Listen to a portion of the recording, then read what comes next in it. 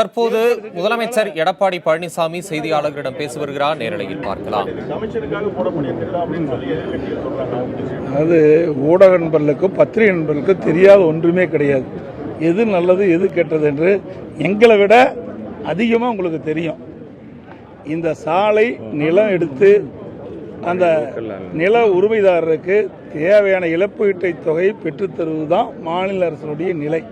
இது மத்திய அரசுடைய திட்டம். பாரத் மாலாவில் இந்த திட்டத்தை கொண்டு வந்திருக்கிறாங்க. ஒரு மிகப்பெரிய திட்டம் தமிழகத்துக்கு வருது. அதுக்கு நம்ம உறுதுணையாக இருக்கிறோம்.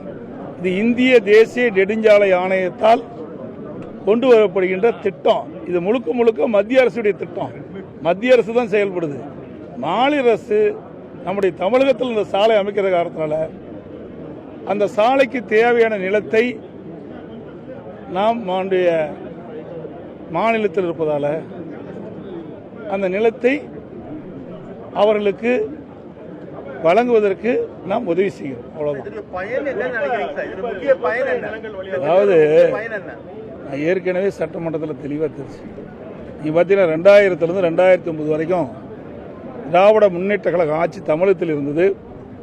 மத்தியிலே காங்கிரஸ் ஆட்சி நடைபெற்று கொண்டது. அதில் திராவிட முன்னேற்ற கழகம் அங்கே வச்சது. இப்போ யார் அமைச்சராக இருந்தாலும் உங்களுக்கு நன்றாக தெரியும். அப்பொழுது 3023 கிலோமீட்டர் நிலத்தை கையகப்படுத்தினாங்க.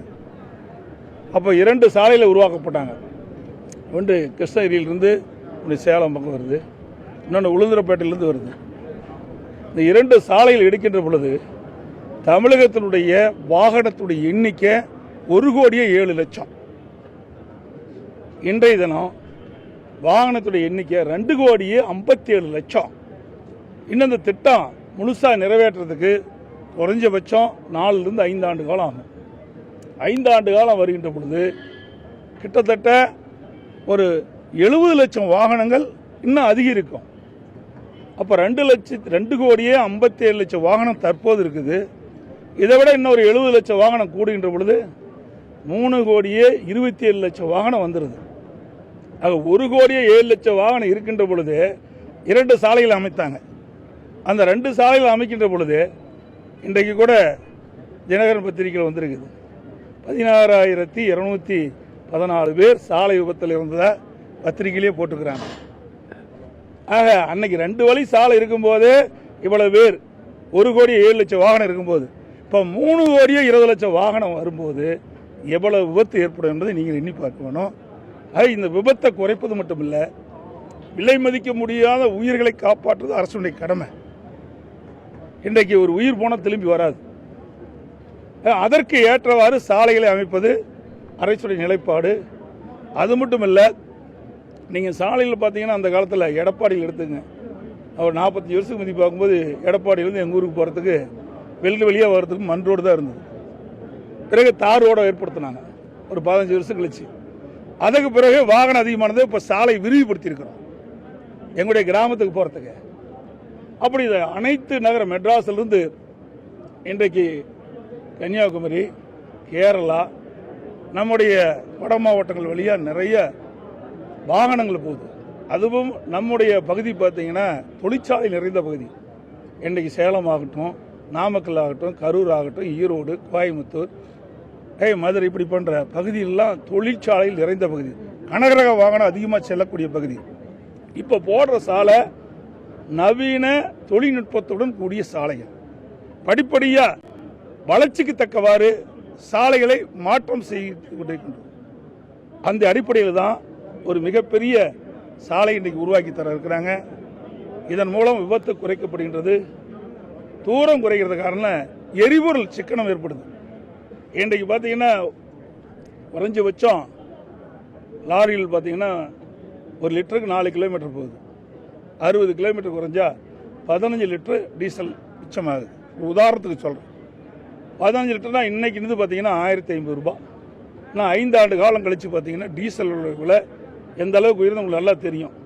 ஒரு 6 மாத காலத்தில் எவ்வளோ உயர்ந்திருக்குன்னு பாருங்கள். சராசரி கணக்கு போட்டு பார்த்தீங்கன்னா கிட்டத்தட்ட ஒரு 90 ரூபாய் ரேஞ்சுக்கு வந்துடும். அப்படி வருகின்ற பொழுது ஒரு லாரிக்கு 1,300 ரூபாய் கூடுதலாக செலவாகும்.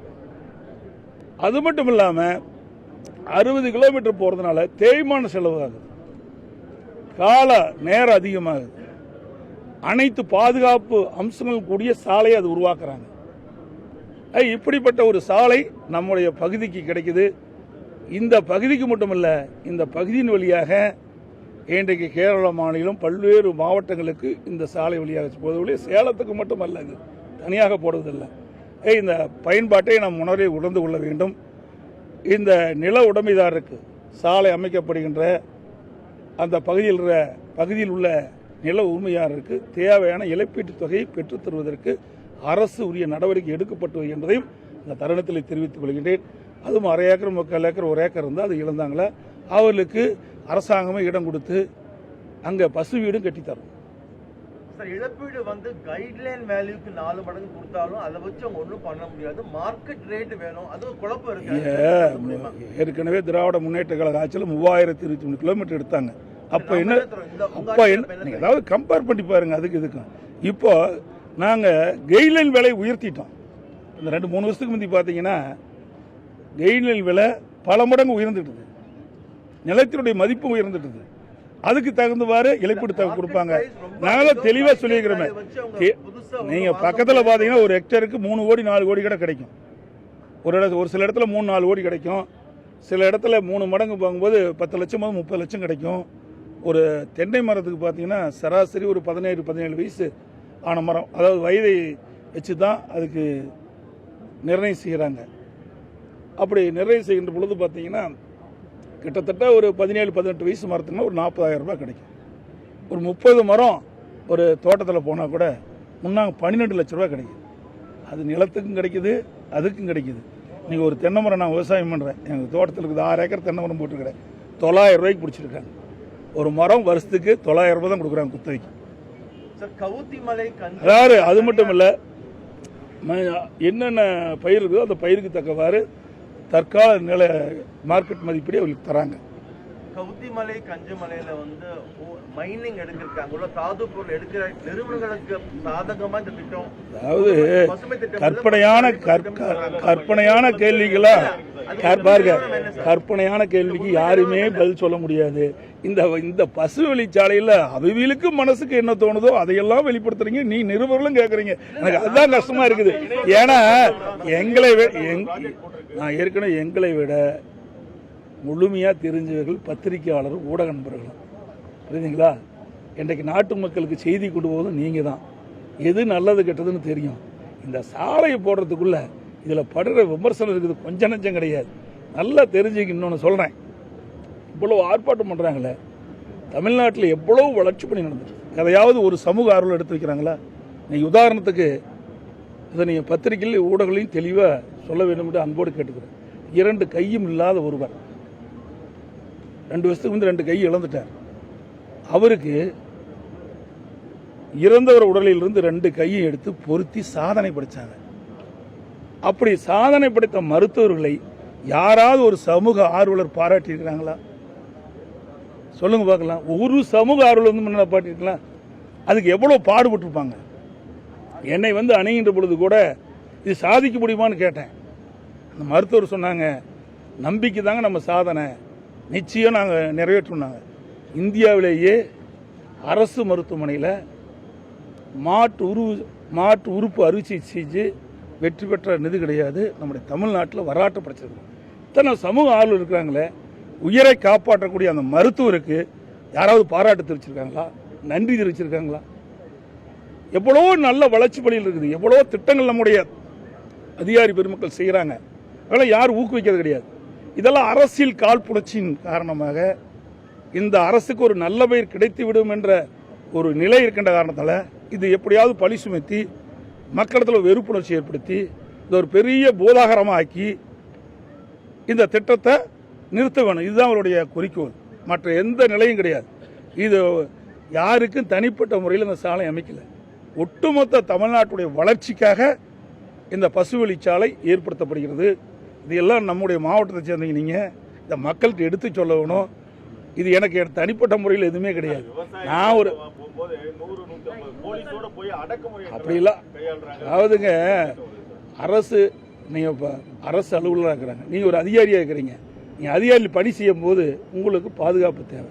அந்த பாதுகாப்புக்காக சொல்கிறாங்க. அதில் யாரையும் போய் கஷ்டப்படுத்துறது கிடையாது. இதுவரைக்கும் எந்த ஒரு விவசாயிகள் மீது வழக்கு போட்டதும் கிடையாது. முதல்ல தெரிஞ்சுக்கணும்.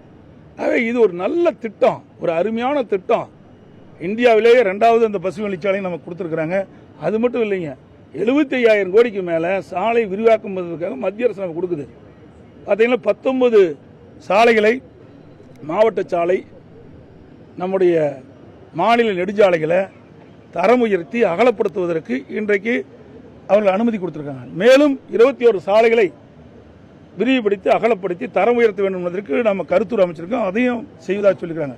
கிட்டத்தட்ட 40 சாலை வர இருக்குது. எதற்காக சொல்லிட்டோம், நம்முடைய மாவட்டம் மட்டும் இல்லை, தமிழகத்தில் இருக்கின்ற அனைத்து சாலைகளை விரிவுபடுத்தி இன்றைக்கு உட்கட்டமைப்பை வசதியை பெருக்கினால்தான் புதிய புதிய தொழிற்சாலை வர முடியும். இன்னைக்கு லட்சக்கணக்கான இளைஞர்கள் படிக்கிறாங்க. இன்றைக்கு இந்தியாவிலேயே உயர்கல்வி படிக்கக்கூடிய எண்ணிக்கை தமிழகத்தில் தான் உயர்ந்திருக்குது. எனக்கு 2011 திராவிட முன்னேற்ற கழக ஆட்சியில் பார்த்தீங்கன்னா 121 பேர் தான் உயர்கல்வி படித்தாங்க. இன்றைக்கு தமிழகத்தில் 46.94% உயர்கல்வி படிக்கிறாங்க. இப்படி படித்தவருடைய எண்ணிக்கை, இளைஞருடைய எண்ணிக்கை அதிகரிக்கின்ற காரணத்தில் வேலைவாய்ப்பு உருவாக்கி தர வேணும். அப்படி வேலைவாய்ப்பு உருவாக்க வேண்டும் என்று சொன்னால் உள்கட்டமைப்பு மிக முக்கியம். அது இருந்தால் தான் புதிய புதிய தொழிற்சாலை உருவாக்க முடியும், மக்களுக்கு தேவையான வேலைவாய்ப்பை கொடுக்க முடியும், படித்த இளைஞர்கள் அந்த இளைஞர்களுக்கு வேலைவாய்ப்பு உருவாக்கி தர முடியும் என்பதை இந்த நேரத்தில் தெரிவிச்சுக்கிறேன்.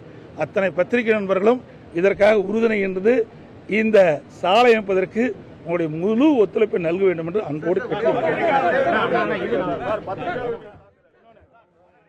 தமிழக முதலமைச்சர் எடப்பாடி பழனிசாமி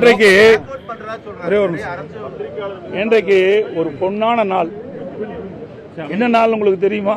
பத்திரிகையாளர்களுக்கு, ஊடக நண்பர்களுக்கு தெரியுமா?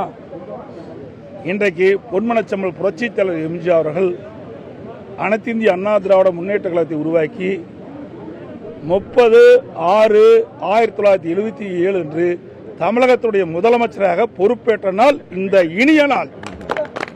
இன்றைக்கு பொன்மனச்செம்மல் புரட்சித் தலைவர் எம்ஜிஆர் அவர்கள் தமிழகத்துடைய முதலமைச்சராக பொறுப்பேற்றதிலிருந்து இன்றைக்கு தமிழகம் பல்வேறு வளர்ச்சி பாதையை எட்டியிருக்கின்றது.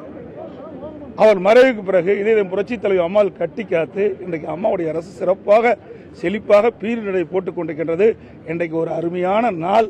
இன்றைக்கு அப்படி இந்திய திருநாட்டிற்கே ஒரு முதன்மையாக மாநிலமாக விளங்கக்கூடிய அளவிற்கு புரட்சித் தலைவர் எம்ஜிஆர்கள் கழகத்தை உருவாக்கி இரவு பகல் பாராமல் உழைத்து 30/6/1977 அன்று தமிழகத்துடைய முதலமைச்சராக பொறுப்பேற்ற நாள் இன்றைய நாள் என்பதை தெரிவித்துவேன். நன்றி.